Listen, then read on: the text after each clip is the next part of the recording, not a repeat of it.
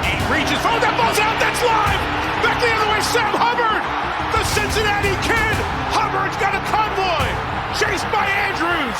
At the 30, the 20, he will score! To the end zone, down the field, and it is deflected, and gone! Touchdown! A.J. Green! Over goes back to throw, men are coming late, looks right down the middle, there's Eddie Brown, he has it at the 35 to the 30, he may go, 10-5, touchdown! Now the Bengals Super Bowl chances rest on his right foot. The kick is up. Yeah. It is good.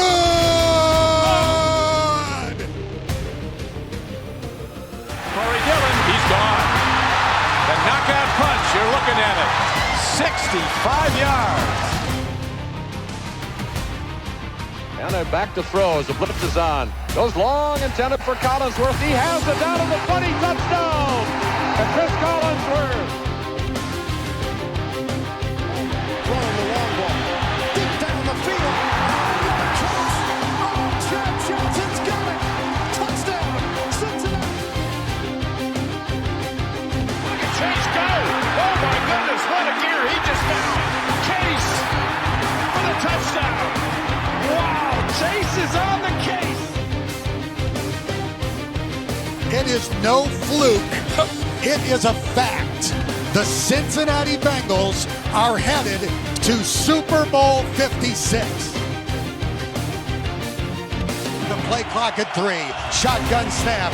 Carr throws into traffic. Intercepted. Jermaine Pratt has the football. Yeah. Coffin nails. Bam, bam, bam! How about that?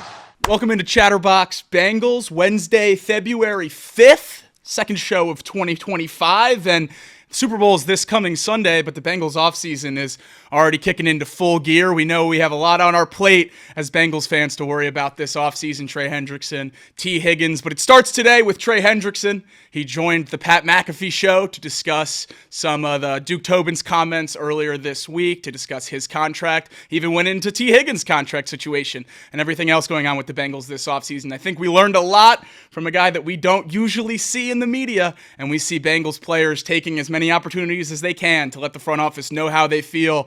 And Trey Hendrickson certainly didn't shy away from that today on the Pat McAfee Show. No, definitely didn't. And there's been a lot of talk, obviously, about Joe Burrow's approach to this offseason and the contracts to be had. And, you know, you look back and Carson Palmer, you know, back in the day certainly forced his hand and his way out of Cincinnati. I don't necessarily feel like these guys are trying to force their way out, but they're certainly trying to force their way. And it's going to be interesting to see how this Bengals front office handles this, because ultimately they, at least in my eyes, do have a Super Bowl window with Joe Burrow and this core group here. And if they continue to kind of fumble negotiations, it's going to be really hard to convince high quality free agents to come in and join this core group. Trey Hendrickson made a couple of things crystal clear in this interview with Pat McAfee, and he said that he needs to basically get all this stuff done before OTAs and training camp. He made that very well known, said that he doesn't want to be a distraction to the team in any way, even saying that his number one goal is to win a Super Bowl for Cincinnati, whether he's wearing stripes or not, which I thought was very interesting, but making it crystal clear that the Bengals either need to do something with his contract in terms of an extension, a pay raise, anything along those lines, or trade him, move on from him, and let him try to get that elsewhere. I thought it was definitely interesting that that was the route he went to start, saying that we need to get this going now. The Super Bowl's coming up on Sunday. The offseason's right around the corner. We need to know where we're at with the guys in this building. I think he certainly hammered home that time is of the essence here, and him and his family are really focused on, number one, staying in Cincinnati, but number two, the different parts that come with that contract and how that needs to get done quickly.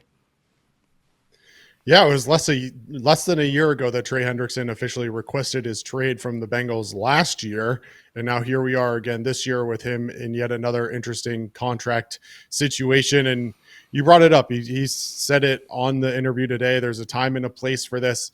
Wants to get it done in the offseason, because ultimately once you get to the OTAs and into camp, it just becomes a distraction. And to his credit, you know, he did move forward without the trade last year prior to camp happening.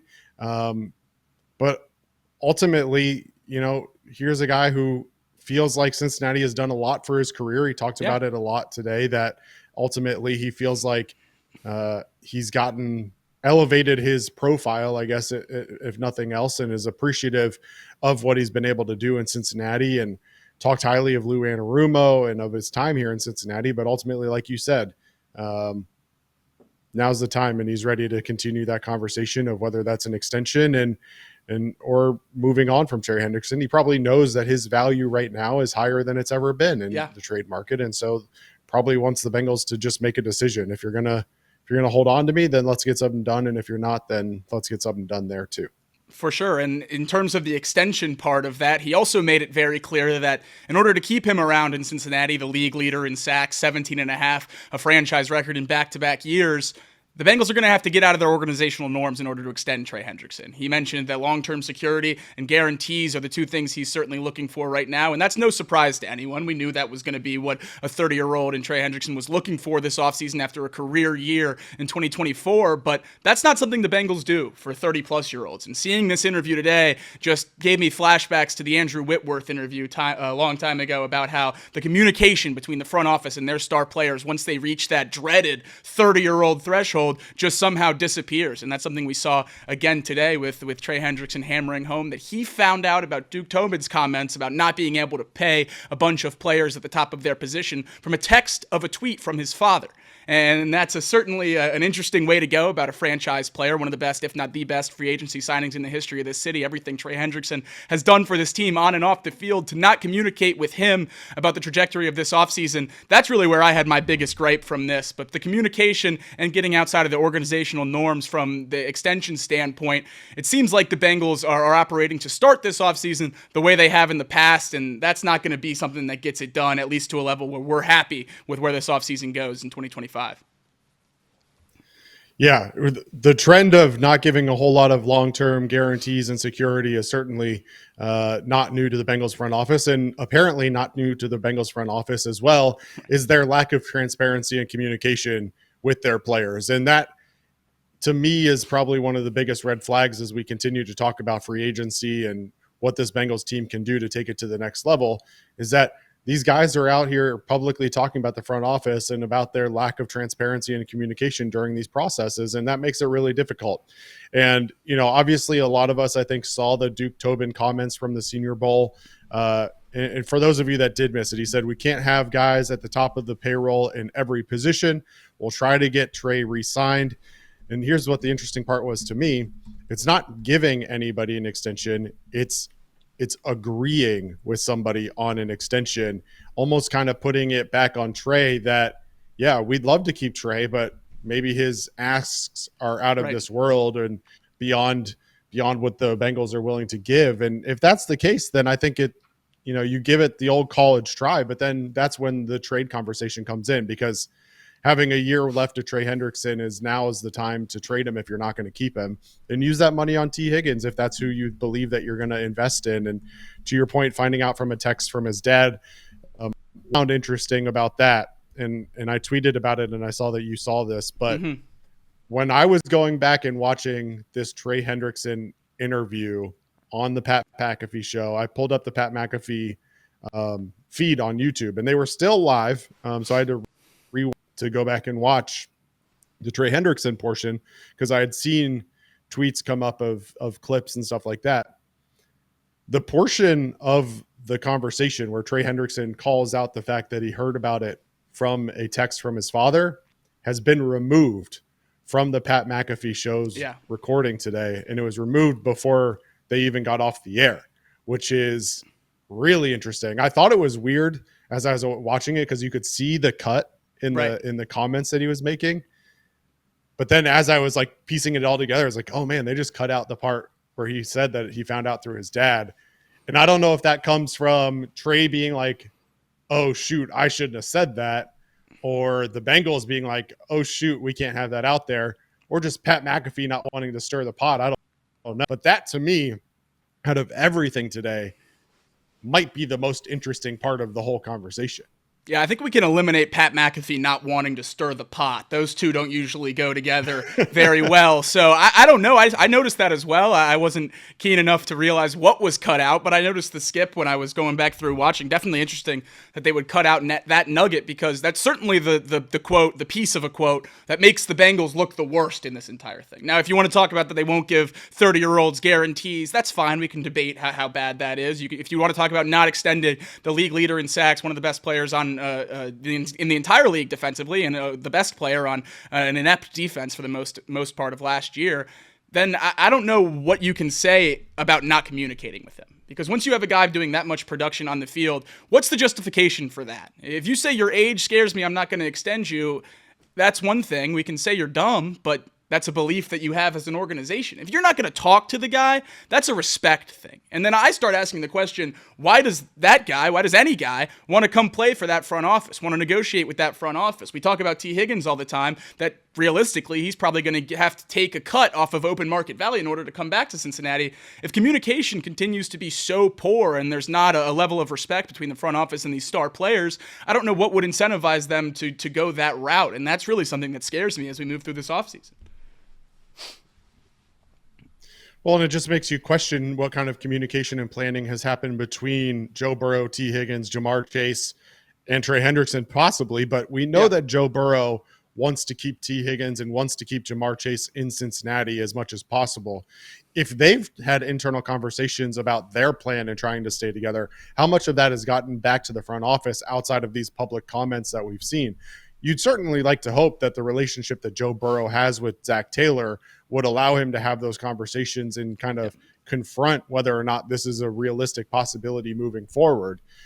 But the fact that these players continue to hear things through comments publicly and not directly just makes me question what kind of real conversations are having behind the scenes, because that ultimately is where the job gets done. You're not going to accomplish anything in the public eye. Everything should be done behind closed doors. And so for these guys to continually find out things from the public eye just makes me really question all of those conversations, not only front office to player, but also the players of the front office. Trey Hendrickson didn't just talk about himself. He took some time to focus in on T. Higgins as well, mentioning that on 31 of 32 teams, T. Higgins would be a wide receiver one. I don't know if I'd go that far, but I love to see a guy standing up for his teammates. I think it's definitely interesting that in a moment where I mentioned it earlier on the show that Trey Hendrickson doesn't really go on media that often, that he's obviously took this chance to be on the Pat McAfee Show to make his contract needs known and at least put that out there that, hey, everyone's focused on T. Higgins and Jamar. League leader in sacks is here too. That needs a contract done. And for him to take, 5 minutes or so out of that time to talk about T. Higgins and how crucial he is, that just reaffirms how I feel about this core group of guys. I think these Pro Bowlers in Cincinnati, these stars in Cincinnati are so tight-knit together, really do love playing with each other and want to get this done. And that's why I have a relative level of optimism going into this offseason, because as inept as the Bengals front office might be at times, if these guys want to play together, they can get it done. There's a way to get it done. And if they work together, I think it can get there. And the fact that Trey Hendrickson is at the top of that list needing an extension this offseason and wants to hammer home how great T. Higgins is and how crucial he is to the Bengals as well, I think that means that maybe they see something coming together for that whole group to stay. Yeah, the conversation started with the Bengals might be the only team that T. Higgins wouldn't be the number one on. And I think they ultimately agreed on somewhere in the 28 to 29 range with Justin Jefferson and a few others. But it was a funny conversation. And like you said, Trey talked a lot about T being willing to accept that role and the fact that he hasn't been a diva about it and hasn't been pushing for an elevated role on this team. And it goes to speak to what I think ultimately a lot of people believe is Zach Taylor's strengths. Obviously, the play calling is great, but the culture that he's built seemingly has been very solid, and he has a team around him that seemingly echoes that culture. And as much as we want to make fun of Zach Taylor for being a rah guy, the players on this team seem to be echoing that and wanting the best for everybody else as well. So to have guys like T. Higgins accepting of that role as kind of a 1B receiver, I guess, for lack of a better term, because he's not really a number 2. He's just 1B. There's some games where he goes off for insane numbers, and there's some where, he's got more of a role. But, Trey then parlayed that conversation into the relationship that he has with Zach Taylor and talking about how he is as a leader. Obviously, we know he calls a good offense, but talking about his leadership and his relationship that he has with Zach Taylor, all of kind of leads to why we hope, if this front office can get things together, they might be able to build something here in Cincinnati around this core group with some additional free agency signings coming in to benefit on top of it. Trey Hendrickson said that his goal is to continue to keep playing for Zach Taylor. That's right.